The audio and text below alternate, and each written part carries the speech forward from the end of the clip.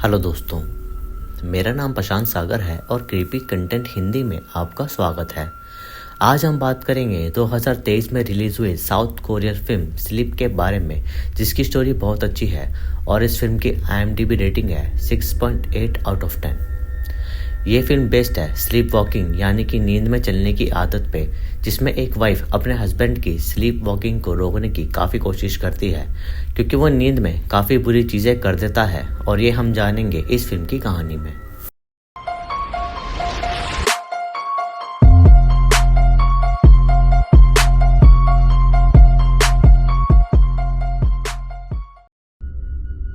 तो फिल्म की शुरुआत में हम एक मैरिड कपल योनसू और उसकी वाइफ सुजिन को देखते हैं, जो कि एक रात को सो रहे थे और सुजिन देखती है कि योनसू अपने बेड पर बैठकर नींद में बड़बड़ा रहा था और वो कहता है कि अंदर कोई है, और इतना कह के वो बेड पर लेटकर सो जाता है।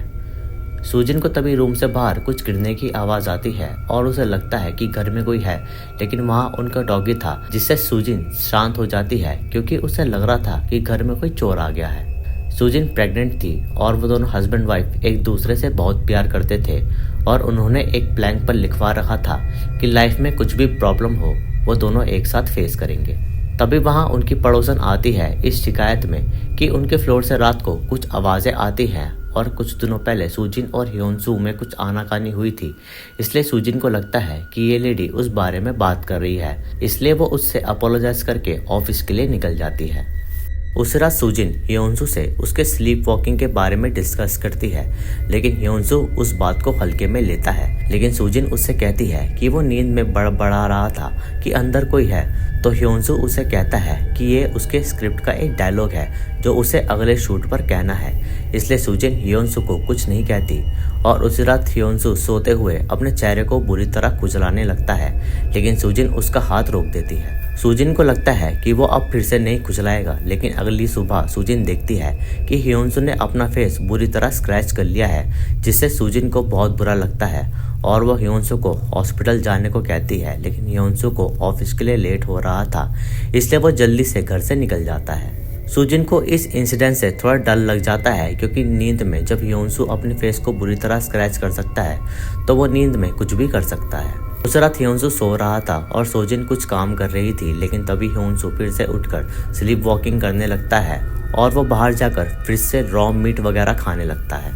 सुजिन उसे जगाने की काफ़ी कोशिश कर रही थी, लेकिन वो नहीं जागता और पानी पीकर वो रूम में वापस चला जाता है। सुजिन देखती है योनसू का कंट्रोल खुद पर नहीं है और जब वो रूम में जाती है तो वो देखती है कि योनसू खुद को बाहर खिड़की से फेंकने ही वाला था, लेकिन सुजिन उसे जैसे तैसे रोक लेती है और योनसू जग जाता है, लेकिन उसे कुछ भी याद नहीं था कि वो सब ये क्या कर रहा है। अब बात ज़्यादा बढ़ने लगी थी तो योनसू डिसाइड करता है कि वो अगली सुबह हॉस्पिटल ज़रूर विजिट करेगा। अगली सुबह सबसे पहले तो वो विंडो पर ग्रिल्स लगा देते हैं और इस बात से सुजिन की माँ बहुत चिंतित थी, इसलिए वो एक पेपर लाती है जिसमें कुछ मंत्र था घर की सेफ्टी के लिए। उसके बाद योनसू अपना ट्रीटमेंट हॉस्पिटल में कराता है, जिसमें उन्हें ये पता चलता है कि स्लीप वॉकिंग के वक्त कुछ केमिकल इम्बैलेंस की वजह से वो ऐसा बिहेव कर रहा है, इसलिए उसकी मेडिकेशन शुरू कर दी जाती है। और उस रात वो दोनों आराम से सो जाते हैं क्योंकि उन्हें लग रहा था कि मेडिसिन अपना काम कर रही होगी। सुबह उठकर सुजिन अपने डॉग के लिए खाना निकाल रही थी कि तभी वो देखती है कि फ्रिज के बाहर कुछ स्नैक पड़े हैं, और जब सुजिन फ्रिज को खोलती है तो वो देखती है कि उसका डॉग फ्रिज में मरा पड़ा है, यानी कि वो मेडिसिन रात को काम नहीं की। और सुजिन के नींद में योनसू सोते हुए अपने डॉग को मार के फ्रिज में डाल दिया था, और इस बात से सुजिन काफ़ी डर जाती है क्योंकि इन सब चीज़ों की वजह से आगे कोई भी हादसा हो सकता है। फिर कुछ समय बाद सुजिन को एक बेबी डॉटर हो जाती है, जिससे वो दोनों काफ़ी खुश थे। लेकिन सुजिन को अब और भी चिंता हो जाती है कि कहीं योनसू नींद में उसकी बेटी के साथ कुछ ना कर दे, जैसे उसने अपने डॉगी के साथ किया। इस बात से योनसू भी कंसर्न था, इसलिए वो सुजिन को कहता है कि वो कहीं रेंट पर रह लेगा, लेकिन सुजिन उसे कहीं नहीं जाने देती क्योंकि उन दोनों ने एक दूसरे को प्रॉमिस किया हुआ था कि जो भी प्रॉब्लम होगी वो दोनों साथ फेस करेंगे। इससे बेटर वो ये करते हैं कि योनसू रूम में खुद को लॉक करके सो जाए ताकि वो रात में रूम से बाहर ना आ सके, और इससे सुजिन और उसका बेबी सेफ रहेंगे। अगले दिन सुजिन देखती है कि उसकी पड़ोसन सेम वैसे ही डॉग घर ले आती है, जिसे देखकर उसे अपने डॉगी की बहुत याद आ रही थी, लेकिन उससे उसे वही इंसिडेंट्स याद आता है जिससे वो थोड़ा डरने लगती है। उस रात सूजिन सो नहीं पा रही थी क्योंकि उसे बेबी की चिंता हो रही थी, इसलिए वो अपनी बेबी को लेकर बाथरूम में सोने चली जाती है। लेकिन ह्योंसू उठकर वॉशरूम के डोर को बुरी तरह नॉक करने लगता है और ऑब्वियसली वो नींद में था, जिससे सूजिन डर जाती है। और जब वो अपने बाथरूम का डोर खोलती है तो वो देखती है कि ह्योंसू स्लीप वॉकिंग करते हुए बेबी के बेड पर यूरिनेट कर रहा है। और ये देखकर उसे और डर लगता है कि अगर बेबी उस बेड पर होता तो वो क्या ही कर देता। इसी चिंता में सूजिन की रातों की नींद उड़ जाती है और उसे ह्योंसू पर गुस्सा आने लगता है कि वो अपनी मेडिकेशन ठीक से नहीं ले रहा था और इसी वजह से वो बहुत कम सो पा रही थी। मेडिकेशन ठीक से काम नहीं कर रही थी तो वो दोनों फिर से हॉस्पिटल विजिट करते हैं। तो डॉक्टर उन्हें बताता है कि कभी कभी मेडिसिन किसी किसी इंसान पर असर नहीं करती और ये सब बॉडी टू बॉडी डिपेंड करता है। और इस बात से सूजिन काफ़ी ज़्यादा फ्रस्ट्रेट हो जाती है क्योंकि उसे सॉल्यूशन चाहिए था और वो पिछली रात बाथरूम में सोई थी। घर जाकर ह्योंसू भी इस बात से काफ़ी परेशान था और वो इस बीमारी का सॉल्यूशन निकालना चाहता था, इसलिए वो उस रात अपनी कार में सोने की कोशिश करता है। लेकिन सूजिन को अच्छा नहीं लग रहा था तो वह ह्योंसू को वापस घर पर बुला लेती है और डोर पर लॉक लगवा देती है ताकि ह्योंसू रूम में ना घुस सके। अगली सुबह सूजिन की मॉम एक साइकिक को घर ले आती है ताकि वो देख सके कि घर में कोई इविल स्पिरिट तो नहीं, और ढूंढने पर उसे ह्योंसू के अंदर एक इविल स्पिरिट फील होती है और वो सूजिन को देखकर ये कहती है कि स्पिरिट तुम लोगों को कभी नहीं छोड़ना चाहती। और इस बात से सूजिन काफ़ी डर जाती है। एक तो सूजिन की रातों की नींद वैसे ही उड़ी हुई थी और सेकेंडली उसे अब घर में इविल स्पिरिट का भी डर होने लगता है और उनका शक उनके नीचे वाले बूढ़े आदमी पर जाता है जो कि कुछ समय पहले ही पास्ट अवे हुआ था। उस बूढ़े आदमी के बारे में पता करने के लिए सूजिन अपने नीचे वाले घर में जाती है जहां उसकी नई पड़ोसन रह रही थी और वो उसी बूढ़े आदमी की बेटी थी। तभी सूजिन को अपने फ्लोर से कुछ आवाजें आती हैं जबकि उस समय घर पर कोई नहीं था, यानी कि शायद घर में कुछ इविल स्पिरिट थी। अब सूजिन अपना माइंड थोड़ा लूज करने लगती है क्योंकि उसे इस चीज़ से छुटकारा चाहिए था और वो अपनी मॉम का वो पेपर देखने लगती है जिसमें कुछ मंत्र थे उनकी सेफ्टी के लिए। ये देखकर ह्योंसू थोड़ा चिंतित होने लगता है, इसलिए वो सूजिन को सजेस्ट करता है कि वो सो जाए और सूजिन सो जाती है। लेकिन उसकी आंख तब खुलती है जब बिल्कुल अंधेरा हो चुका था। उठते ही उसे अपनी बेबी की चिंता होती है और वो उसे फ्रिज में ढूंढने लगती है क्योंकि उसे उसका बेबी कहीं नहीं मिल रहा था। और वह देखती है कि वहाँ कुछ बर्तन में बॉईल हो रहा था जिसमें उसे उसके बेबी का हाथ दिख रहा था। और ये देखकर सूजिन डर जाती है और उस बर्तन को फेंक कर उसमें अपना बेबी ढूंढने लगती है। अभी वहाँ ह्योंसू आता है और वो बेबी को बस नहलाने ले गया था और सूजिन की इस हरकत से ह्योंसू डर जाता है क्योंकि सूजिन ने अपना हाथ जला लिया था।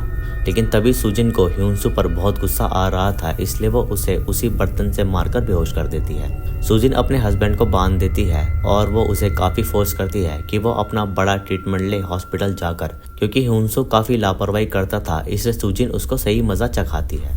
फिर ह्योंसू कुछ दिन हॉस्पिटल में रुककर अपना प्रॉपर ट्रीटमेंट लेता है और उसकी ये बीमारी अब ठीक हो जाती है। और दूसरी तरफ सूजिन भी हॉस्पिटल में एडमिट थी क्योंकि वो अपना माइंड लूज कर रही थी, लेकिन सेम डे उसका भी डिस्चार्ज था। इसलिए ह्योंसू हॉस्पिटल सूजिन को लेने जाता है, लेकिन वो वहाँ नहीं थी क्योंकि वो घर आ चुकी थी। और जब ह्योंसू घर आता है तो वो देखता है कि सूजिन ने घर की सारी दीवारों पर वो मंत्र लगा रखा है ताकि वो सेफ रहे। सूजिन ह्योंसू को सारी कैलकुलेशन बताती है कि जब वो बूढ़ा आदमी नीचे मरा उसी रात तुम नींद में चल रहे थे और अब वो बूढ़ा आदमी घोस्ट बन चुका है जो यहाँ घूम रहा है और उसने तुम्हें पोजेस्ट किया हुआ है, इसलिए तुम नींद में उल्टे सीधे काम कर रहे हो। सूजिन ह्योंसू को ये सब इसलिए समझा रही थी क्योंकि वो उसकी बात को नहीं मान रहा था और वह घोस्ट जैसी चीज़ों पर बिलीव नहीं करता था।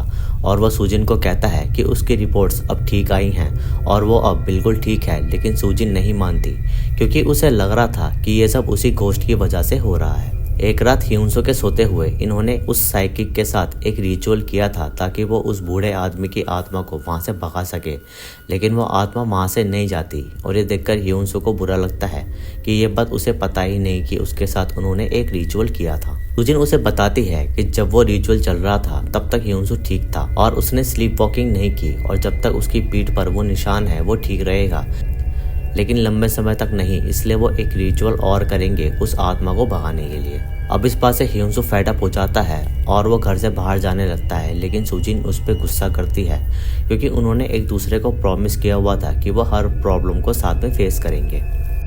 फिर ह्योनसू आराम से बैठ जाता है और पूछता है कि उसे क्या करना होगा। तो सूजिन उसे फ्रिज खोलने को कहती है, जिसमें उसे उसकी पड़ोसन को डॉग मारा मिलता है और ये देखकर ह्योनसू घबरा जाता है।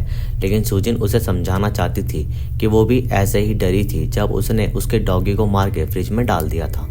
तभी ह्योनसू देखता है कि वहीं उसने अपनी पड़ोसन को कैद किया हुआ है और सूजिन उसे मारने की धमकी देती है और वह ह्योनसू को नहीं बल्कि बूढ़े आदमी की आत्मा को धमकाती है कि अगर वो यहाँ से नहीं गया तो सूजिन उस लेडी को मार देगी, क्योंकि वो लेडी उस बूढ़े आदमी की बेटी थी।